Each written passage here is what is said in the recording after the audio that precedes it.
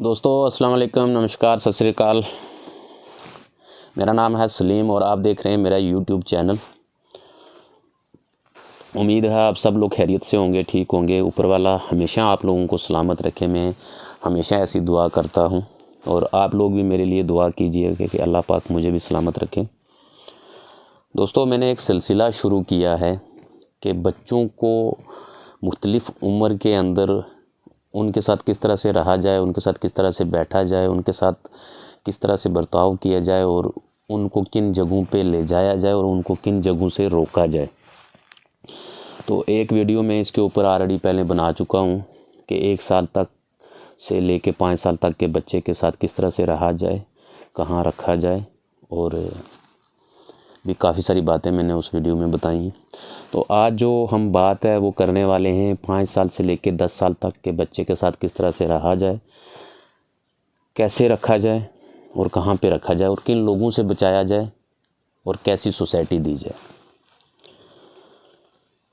दोस्तों, एक चीज़ मैंने बहुत कॉमन देखी है, पढ़ी है, सुनी है कि 1 साल से लेके 5 साल तक का जो बच्चा होता है वो अपनी माँ के कदमों पे चलता है। मतलब उसकी माँ ने दिन में जो भी काम किया है वो उसकी कॉपी करेगा।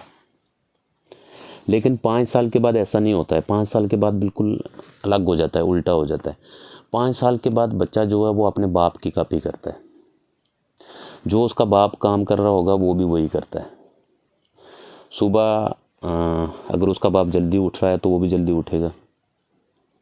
आपने ये सुना होगा, देखा भी होगा कि 5 साल के बाद का जो बच्चा होता है वो अपने बाप के जूतों में अपना पाँव घुसाने की कोशिश करता है कि मैं भी कब बड़ा हो जाऊं, कब ऐसे ड्रेस पहनूं और कब ऑफिस जाऊं।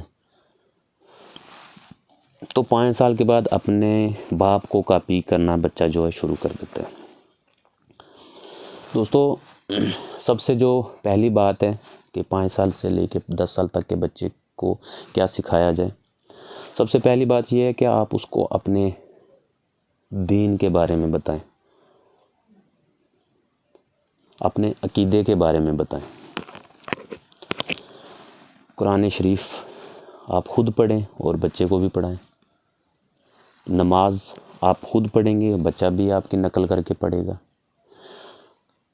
खुदा की हदीसें जो हैं अगर आप खुद पढ़ेंगे और उसका अमल जो है वो आपका बच्चा करेगा, वो भी उसकी कॉपी करेगा।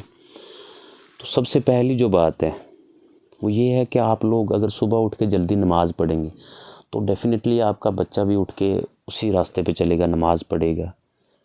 अगर आप किसी से अच्छे से बात कर रहे हैं तो आपका बच्चा भी अच्छे से बात करेगा किसी के साथ। अगर आप किसी के साथ एक बैठना उठना आपका अच्छा होता है, आना जाना अच्छा होता है, तो ऑटोमेटिकली आपके जो बच्चे का जो बैठना उठा खाना पीना जो सिस्टम होता है वो भी बिल्कुल अलग आपकी तरह ही हो जाता है। अगर आप 24 घंटे फ़ोन के ऊपर लगे रहेंगे, आप गेमिंग खेलते रहेंगे, आप टीवी देखते रहेंगे, आप अपने बच्चों के सामने किसी के साथ गाली गलौज करेंगे, आप लड़ाई झगड़ा करेंगे, तो आपका बच्चा भी वही काम करेगा। आप लोगों ने आपके बच्चे के सामने कभी किसी को कोई गाली गलौज, कोई लड़ाई झगड़ा, कोई ऐसी बात नहीं करनी है जो हमारे आने वाले बच्चे की ज़िंदगी के लिए ख़तरा बन जाए। दूसरी जो बात है वो ये है कि आजकल हम लोग जो है बुक रीडिंग से बहुत दूर हो चुके हैं। हम लोग ना खुद किताबें पढ़ते हैं और ना अपने बच्चों को किताबें पढ़ने की फ्रीडम देते हैं, ना उनको बोलते हैं कि आप ही अपनी किताबें जो है इस चीज़ के बारे में ये किताब है, इस चीज़ के बारे में ये किताब, आप ये किताब पढ़ो, आप वो किताब पढ़ो। आप अपने बच्चों को बहुत सारी किताबें ला के दें, पेन ला के दें, नोटबुक ला के दें। आपका बच्चा आपको देख के वो किताबें पढ़ेगा, उनके ऊपर कुछ पेंटिंग करेगा, उनको फाड़ेगा, कुछ भी करेगा ना, लेकिन आपका बच्चा किताबों में खेल रहा है तो वो कुछ सीख के ही वहाँ से बाहर निकलेगा।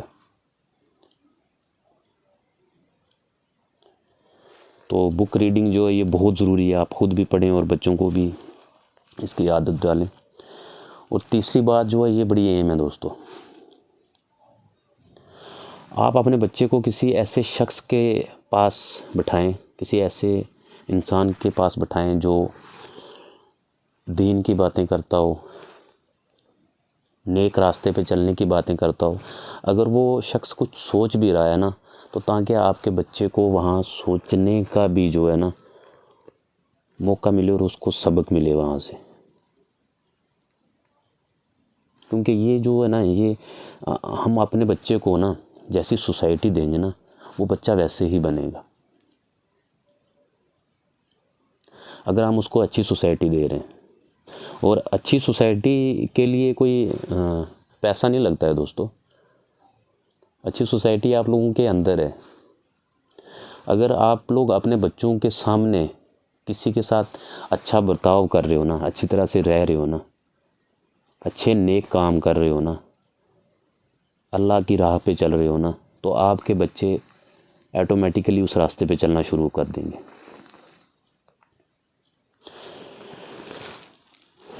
आप यकीन नहीं मानेंगे, मैंने बहुत सारी ऐसी चीज़ें देखी हैं। मैंने अपने गांव में देखी हैं, मैंने शहर में देखी हैं, मैं जहाँ पे रहता हूँ मैंने वहाँ पे देखी हैं।